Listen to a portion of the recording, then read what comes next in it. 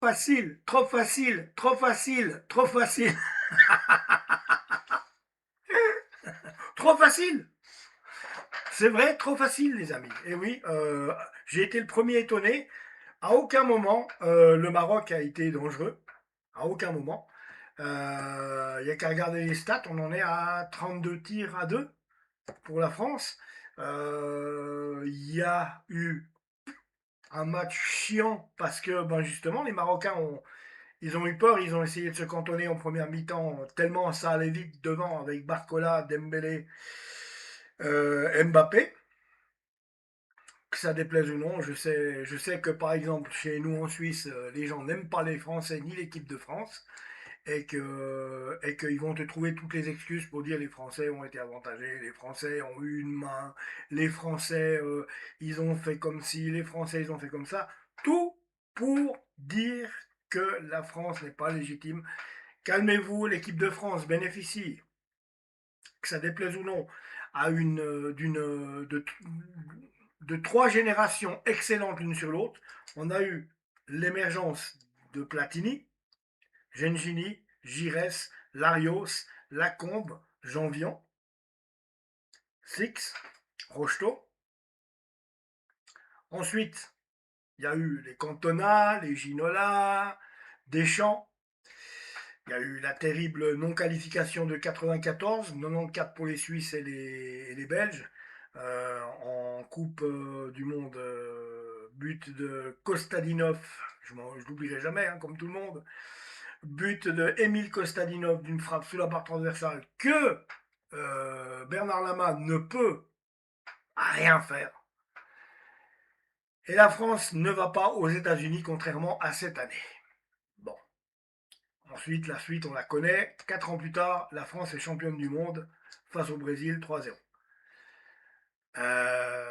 Et il y a toujours eu, là il y a eu Zidane, après il y a eu Zidane, après il y a eu Benzema, après il y a eu Nasri, après c'était déjà moins bien, mais voilà, il y a toujours eu des bons joueurs en équipe de France, il y a toujours eu l'émergence, et tout d'un coup, il y a, je vous mens pas, en 2015, il y a Ousmane Dembélé qui avait 18 ans, ça y est, le gars, on a dit, wow, il est bon, premier match qu'il fait avec le Stade Rennais, il marque 3 buts. On s'est dit, fulgurance, coup de chance, et les deux-trois matchs qu'on suivi, Ousmane Dembélé n'a pas cessé de faire le jeu à 18 ans, alors qu'il venait de débuter en Ligue 1. Et on se disait, mais ce mec est trop doué. Il est vite parti au Borussia Dortmund. Du Borussia Dortmund, on l'a retrouvé au Barça, et du Barça au PSG. Je ne vous présente pas le gaillard aujourd'hui. Je ne vous parle pas de l'émergence de Kylian Mbappé. Quand on a vu ce type, ce gamin à 16-17 ans, 17 ans, avec l'AS Monaco aller en demi-finale de Ligue des Champions, avec Bernardo Silva qui était un de ses coéquipiers, tout cet AS Monaco là qui va en demi-finale, enfin, bah oui, et qui élimine même Manchester City de Pep Guardiola, on se dit, mais cet Mbappé, il est incroyable. Et après Mbappé, aux chances, un binational qui était anglais, anglo-français, anglo-français mais d'origine avec des origines africaines. Il était à Londres et il a décidé de jouer pour la France, qui était la nation de sa maman, comme moi. Et son papa, lui, il était il était de nationalité britannique, mais avec des origines africaines. Et il a décidé de jouer pour la France. Quelle chance! Voilà encore j'ai envie de dire, un bonus en plus. Et tout d'un coup, on a aussi, il y a 2 ans, 3 ans en arrière, 3 ans en arrière, on a Bradley Barcola qui à Lyon, lui explose dans son coin avec Ryan Cherki qui en fait le même. Et aujourd'hui, on se retrouve avec une équipe de France qui est énorme. C'est tout. C'est tout. Et le résultat, il est normal. Moi, il y a 4 ans en arrière, quand on perd contre l'Argentine en finale de Coupe du Monde, je me dis qu'on va devant une grande équipe de France. Je me console avec ça en sachant que c'était pas une finalité. Et je savais, et je l'avais dit, ça fait 4 ans que je dis, au minimum, cette équipe de France, on la retrouvera dans le dernier carré. Et elle est dans le dernier carré. Pour l'Euro, bon, l'Euro, il était catastrophique avec plein de choses bizarres, une équipe de France qui n'était pas à son affaire, qui faisait pas des bons matchs. mais qui est arrivé en demi-finale de l'Euro. Et vous verrez ce que je vous dis encore, que ça déplaise ou non à mes congénères suisses, cette équipe de France va trouver le moyen d'aller dans le dernier carré de l'Euro dans 2 ans. Sûr.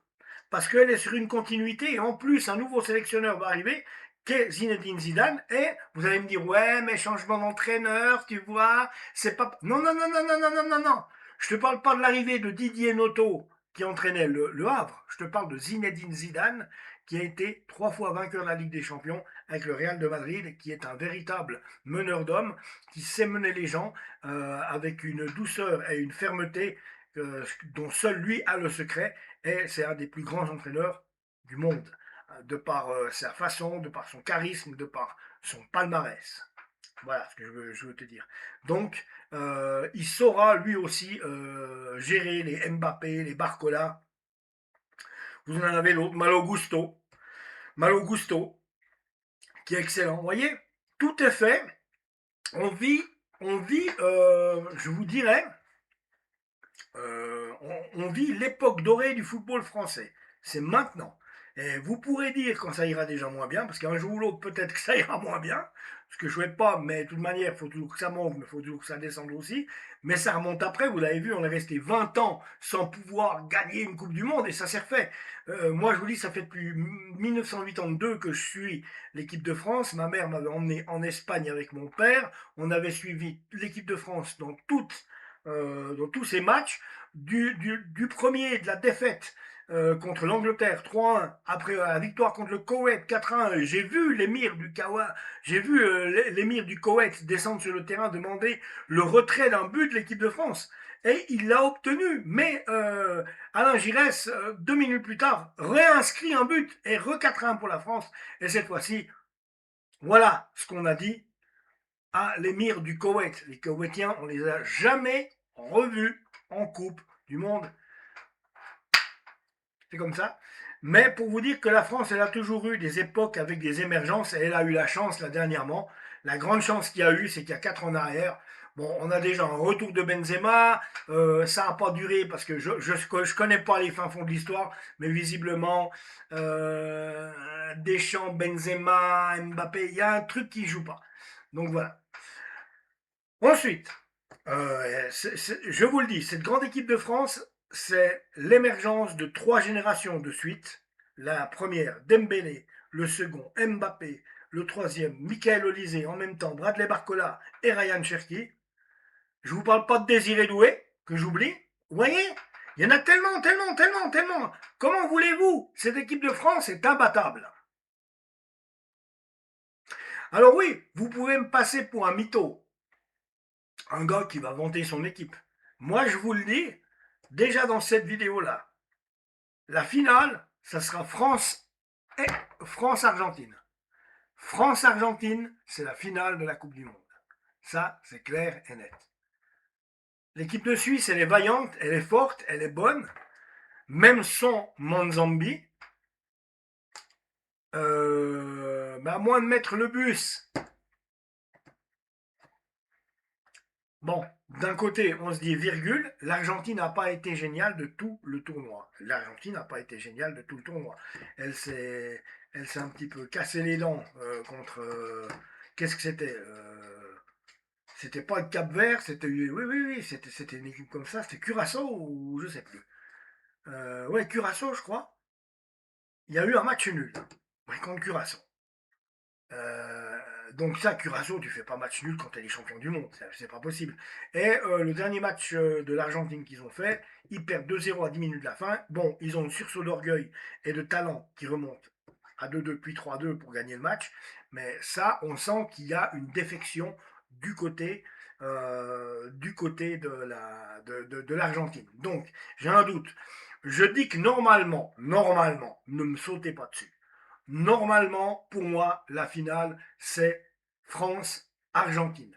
Je ne prends pas les Espagnols, les Anglais ou même les Norvégiens pour les imbéciles, pas du tout. Sauf que il peut y avoir une surprise. La surprise, elle peut venir de. La surprise, elle peut venir de la Suisse, elle peut venir de la Norvège. Voilà. La Belgique qui a eu son sursaut 4-1 contre les USA, est-ce que c'est un déclic qui va permettre d'aller sur une autre équipe de Belgique qui va tout renverser, qui va renverser la table dans cette finale de Coupe du Monde? On ne sait pas.